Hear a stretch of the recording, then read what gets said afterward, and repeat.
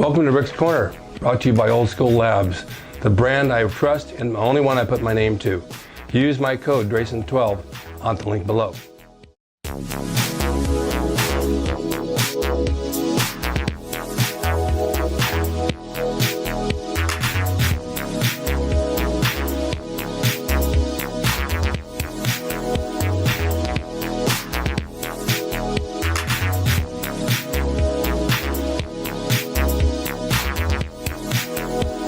Welcome to Rick's Corner. The man, the myth, the legend. Now on with the show. Good afternoon, or good morning, or good evening, wherever you are, but at least it's a day of the month, a day of the week, and a nice day it is. You always ask me to tell you stories of back in the day, and sometimes they come to me and sometimes they don't, but I was telling somebody one earlier, and I thought, yeah, you know what, I should tell this story on my show because it's part of my life, it's part of what happened, and it's funny. When I was wrestling here on Channel 13 and Bodybuilding at Gold's, I had a lot of things going on. And I was in really good shape, so I would do Channel 13 and then Channel 5 and Channel 34, 3 channels during the week of wrestling. One was Mexican channel, one was American, or 2 are American. Well, I'd get all kinds of mail and fan mail and offers from TV and stuff like that. Some were real and some weren't. Well, this one guy decides he's going to come down to the Olympic Auditorium and see me, and he brings a group of kids with him. And he sends a letter to the office saying, I really like Rick Drasin, I'm a producer, and I want to use him in a movie I'm doing about wrestling. Do I have your permission? So they gave me the letter and they told me to contact him. They said it was okay. And I said, oh, okay, I'll give him a contact. So I met him up on Sunset Boulevard at a little coffee shop. He worked next door for a big commercial company. He was their, I think they call it the traffic manager for the commercials and the production. Big guy, a little strange, long hair down his shoulders, kind of heavy, out of shape, and he just loved wrestling. He would smoke one cigarette after another while he's talking to me, but those days you could smoke in restaurants. Yeah, I want to use you in this film, I'm going to get some funding. Now, I didn't know anything about money in films in those days. I just kind of believed he was going to do it. But then the other half of me said, I don't think he is going to do it. I think he just wants to meet me. So we talked for a while, and then I went back to his office, and then he stayed in touch.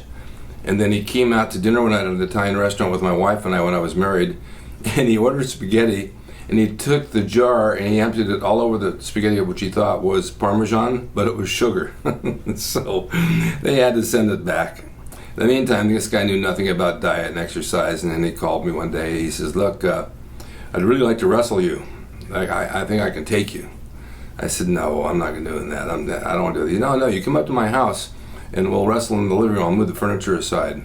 Well, right there and then, that gave me a red flag. This guy just wants body contact with me. He lived in a house up in the Hollywood Hills that looked like a little three bears cabin. Even it had a round room. It had a room that you step down into. He had a grand piano in this round room. He had a little 3 chairs and a table like the 3 bears would sit and eat in a beautiful, cute little home you could use for movies. Out in back, he had a cage with 3 full-size monkeys, and one of them had epilepsy. And then in another room, he had a bunch of clay, because he made masks. He made horror masks for Bela Lugosi and people like that in the movies to play monsters, and he was really, really, really good at it. I mean, I learned the whole process of how you pour the mold, and you make the rubber, and you do the face thing and all that. I was just intrigued by it. He was also a concert pianist. The guy was very talented.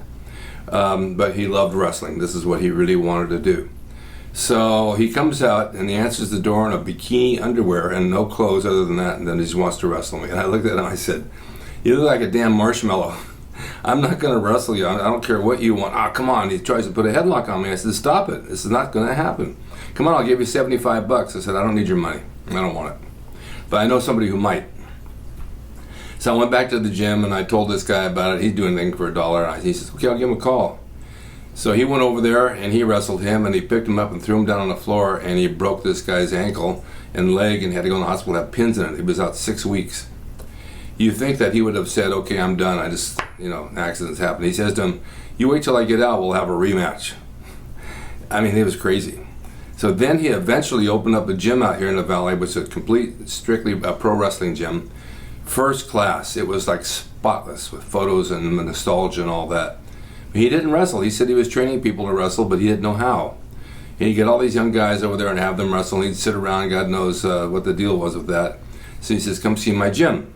He had a record you put on that had audience clapping and the lights and all that. I said, this is really nice. Yeah, but you got to be careful when you come in. You can wipe your feet real well. I don't want that white mat dirty. Here's a key. You can use it whenever you want.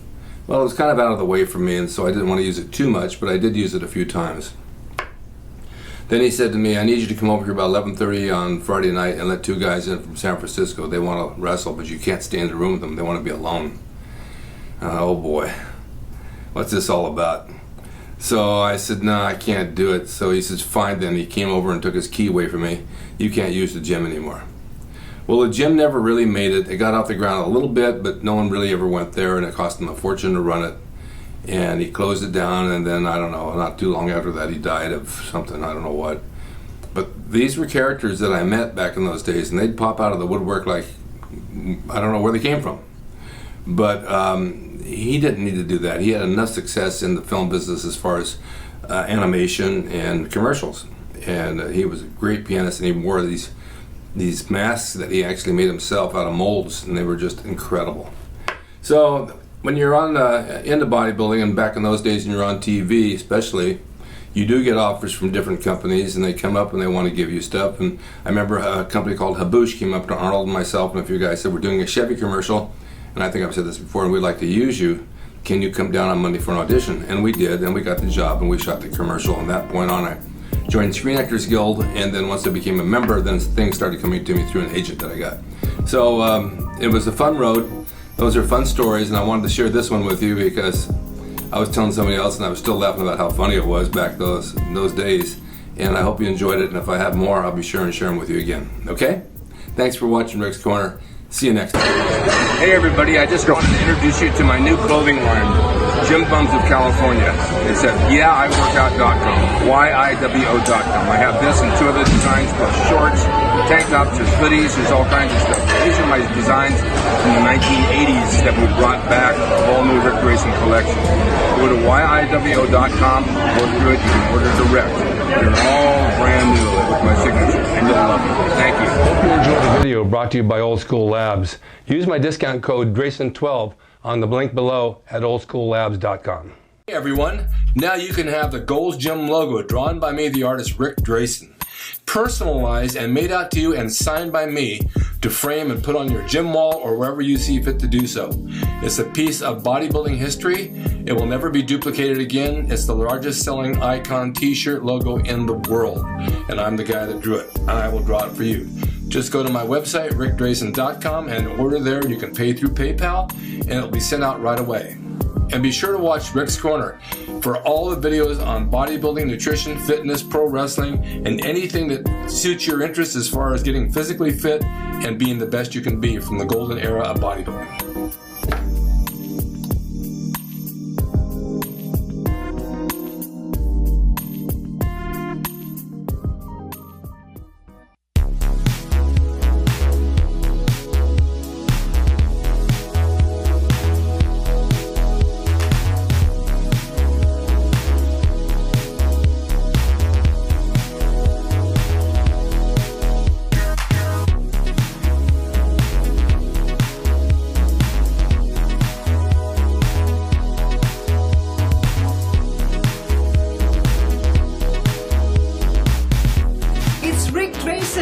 He's the equalizer, baby.